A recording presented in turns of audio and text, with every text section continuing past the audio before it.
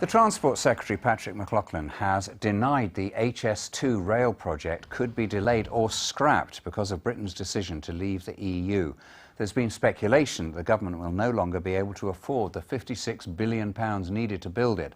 But at a conference in Birmingham today, Mr McLauchlan said work on the railway will definitely begin next year as planned. Bob Hockenhull reports.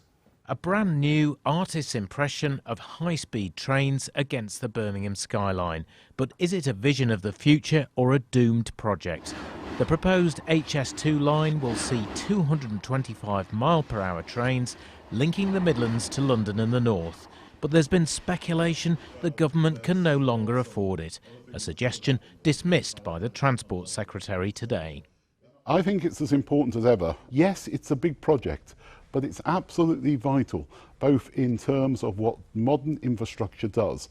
You know, when we had the winter storms a few years ago, we had nearly every railway line at a standstill, apart from HS1, because it was built to modern construction standards.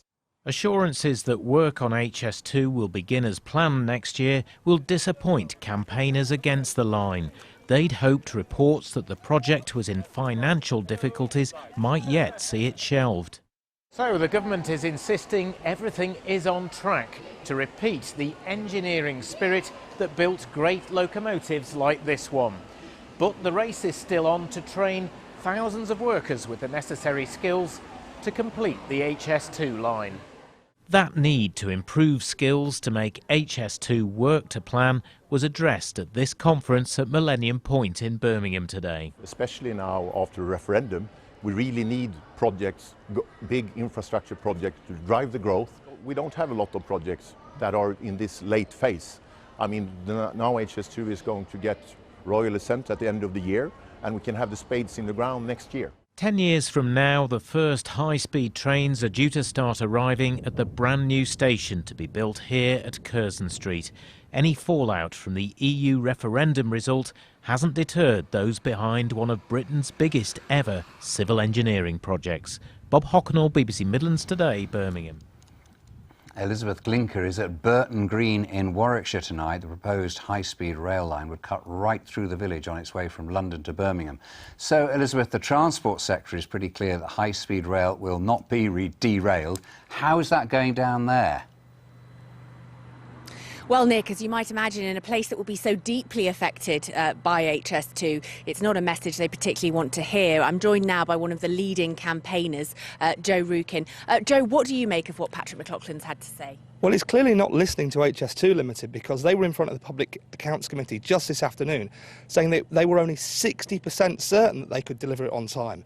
And they also said that they'd had a £9 billion overspend, but as one MP said, they'd miraculously managed to find £9 billion worth of savings to completely cut that out.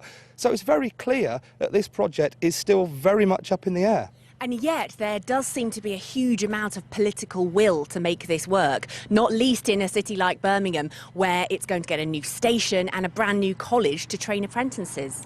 Well, we now have a new Prime Minister in place, and Andrea Leadsom, the other candidate, said that she would review HS2. We've got to hope that Theresa May looks at that as well. And even if you were going to go ahead with HS2, you should really wait until the Brexit negotiations are finished, because EU rules put billions of pounds onto the project on things like tunnelling specifications. So if you waited, you'd have time to do the review, and if you still wanted to go ahead with HS2, it would cost a lot less if you wait those couple of years. OK, Joe, thanks very much. Well, as you can see, Nick, still a huge amount of determination here that they will do everything they can to try and stop this project from going ahead next year. Elizabeth, thank you.